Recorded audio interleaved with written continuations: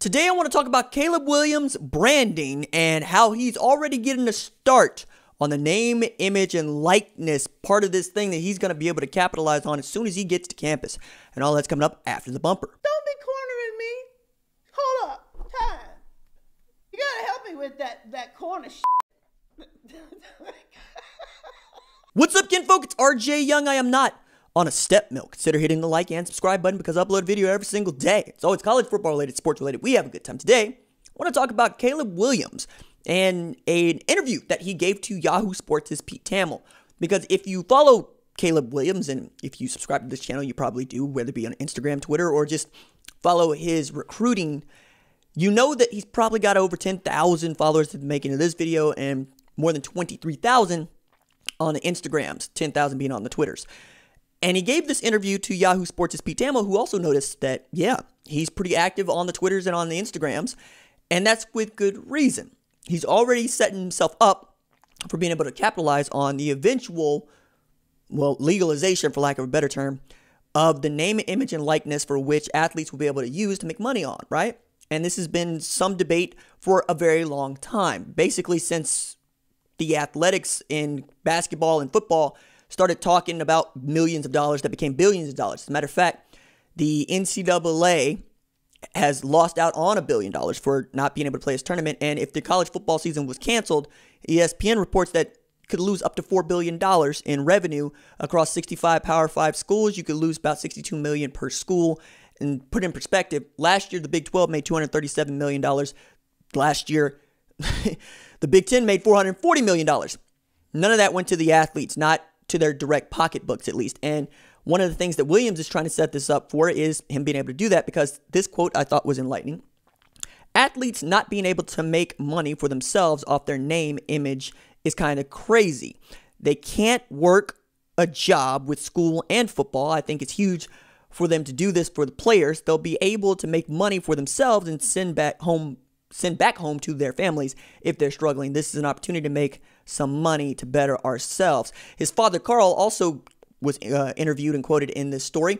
And he said, look, we've been paying attention to LSU, Maryland, and Oklahoma precisely because we want to help set ourselves up, set him up, his son, for being able to cash in on his name, image, and likeness. And you can see this already is being in the works with University of Oklahoma, who did branding for each one of its 2020 recruits and signees.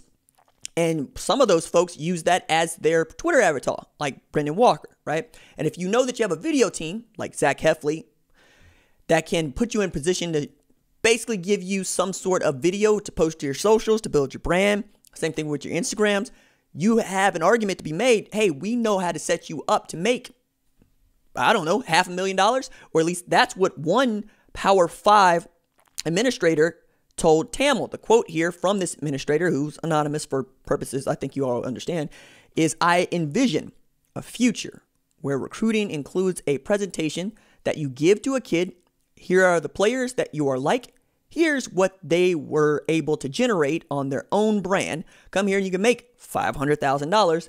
Go there and you'll make 20% less. This is going to smack to a number of different people, most of which are college football traditionalists that hate the idea of paying players, right? To which I'm going, why is this any different than what Nike does with Kevin Durant or LeBron James?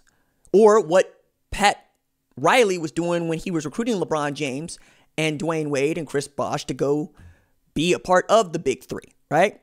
How is this any different than Kevin Durant sitting through a presentation from the Golden State Warriors as they're trying to woo him? The same thing with the Brooklyn Nets. It's how you do business. You recruit the best and most talented people by offering them the best package in addition to what they can already make. And in college football, it's weird because we can't pay, like out-of-pocket pay, the best players in the sport, even as those players are responsible for millions and millions of dollars being generated for their respective schools.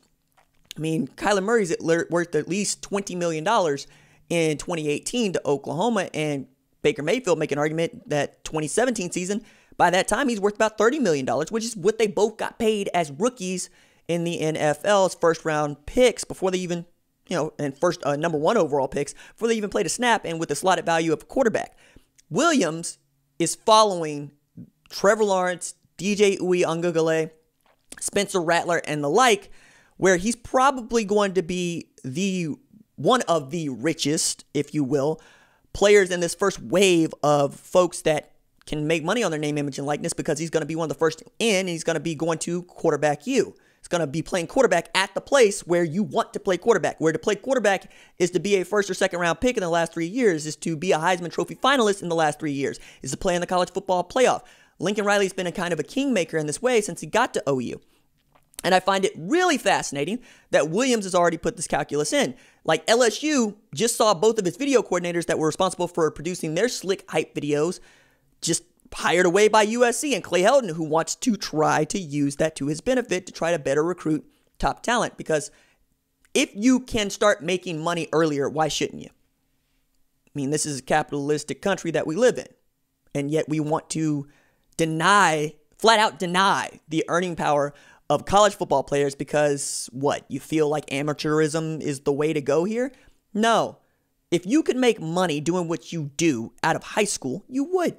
Right? We only say you got to go to high school because we all recognize it as a barrier for entry, not because inherently going to high school makes you better or worse at some job. Any more than getting an MBA makes you better at business. I mean, maybe it could, maybe it doesn't. Some people have MBAs, they're not even using those things in the way that you might think, right?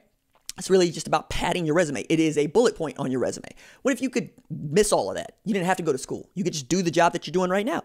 You probably would. And that's the way that athletes need to be viewed, because they also don't have a whole hell of a lot of time to spend making their money. As a matter of fact, as Dak Prescott is continuing to negotiate with the Dallas Cowboys, you're seeing fans get pissy and moany over Dak Prescott and the money that could be there. I mean, myself even there, but then when you take a step back at it, Jerry Jones is a billionaire. And in this age where 40 million people don't have jobs and are filing for unemployment, we're going after Dak Prescott, who's trying to get as much as he possibly can, and probably what he's owed based on where he was drafted and how he outperformed that fourth round draft selection, trying to get $45 million a year when the Cowboys have offered him $35 million a year.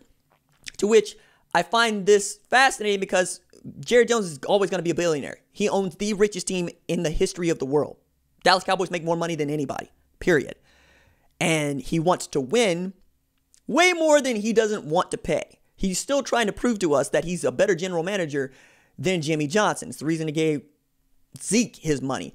It's also his money to give, and he's going to make more of it because we all love football, right? And as we live in this place where most of us have a boss and most of us aren't making what we expect to make, the idea that Dak Prescott wants to get as much as he possibly can in this very limited window where he's only going to be able to make this much money doing this thing for this amount of time just sounds wise to me. It doesn't sound stupid. Plus, no matter how you slice this up, Dak Prescott is going to make $32 million this year come hell or coronavirus, right? Because that's what the franchise tag means. And one of the reasons that Jerry Jones put it on him is because he don't want to see Dak go anywhere. He don't want to see him play for anybody else. And even if they wanted to run out a Andy Dalton to take snaps, Dak Prescott still got to make $32 million next year. And that's still life-changing money to a lot of people, but it's not as much as he believes that he should get paid. And I'm with you being paid as much as you possibly can be paid and what you're worth.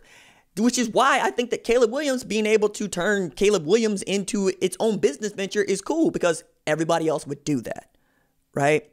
All of us would do that. And that's kind of the thing about capitalism competition. It pits everybody against themselves, and it lives on consumption and consuming. And if we're not consuming something, then we're not making more of it. If we're not making more of it, the money turns off. And if the money turns off, ain't nobody happy, right? So more ways to turn the money on, name, image, and likeness, I'm going to be here for, right? Because you're going to create more competition and you're going to create more opportunities for more people. You're going to get more innovators and more diversity into the field. And you're going to have a real surge of growth in a system that is built on surges of growth. Quite literally. Tell you a story about Phil Knight while we're telling you the story about Caleb Williams. Phil Knight started this little company called, Blue Ribbon Sports. Became another little company called Nike. You probably heard of it. Started that company in 1964. And what he did was import shoes from Japan called Onitsuka Tigers, right? They're running shoes. And he imported them at a bulk cost of about $3.33 a pair. And he sold them for $6.95, right? And don't get twisted, $7 in 1967 is like $54, right? So it's about the same as what it would cost right now. But what he would do is spend all of his money that he had on those shipment of shoes, then sell them at twice the markup price, and then go back and use the money that he made to buy double the shipment. So for our purposes, let's assume that he spent $1,000 on shoes and he sold all those shoes and he made $2,000. Well, he took that $2,000 and he put it back into buying $2,000 worth of shoes and turned that into $4,000, and on it goes. Because the idea here is you need to continue to grow, and you need to continue to grow at all costs, even if that doesn't mean you're very liquid or you have a lot of equity. It also means that the more money you have, the more fancy accounting you get to do. Give you another example. Everybody's heard of the widgets. If you buy 3 widgets, one at $1, another at $2, another at $3, and you sell a widget for $5, what did you make? Well, depends on what the accounting is. And these are recognized accounting practices. There's nothing nefarious about LIFO and FIFO. According to FIFO, first in, first out, you probably make about a $4 profit, right? But if you do LIFO, last in, first out, you make a $2 profit. It's all about how you want to account for that money. And what you show is not necessarily what you're worth. It's what you want somebody to believe that you are worth. And owners crying that they're poor is the biggest lie in sports, and universities making hundreds of millions of dollars most years, like the University of Oklahoma, claiming they can't play players. I'm not so certain that that's true, but we're not even talking about them paying players. We're just talking about the players creating more money and more opportunities for themselves. If that's what Caleb Williams wants to do, then I think he should be allowed to do that just as you or I could. Problem is, not all of us have the talent that he has. Kind of like a baseball pitcher that can throw 99 miles an hour. 99.9% of people can't do it. And something is only worth what someone else is willing to pay for it or what they're willing to lose. Keep those things in perspective as we continue to talk about these things. All right. Deuces.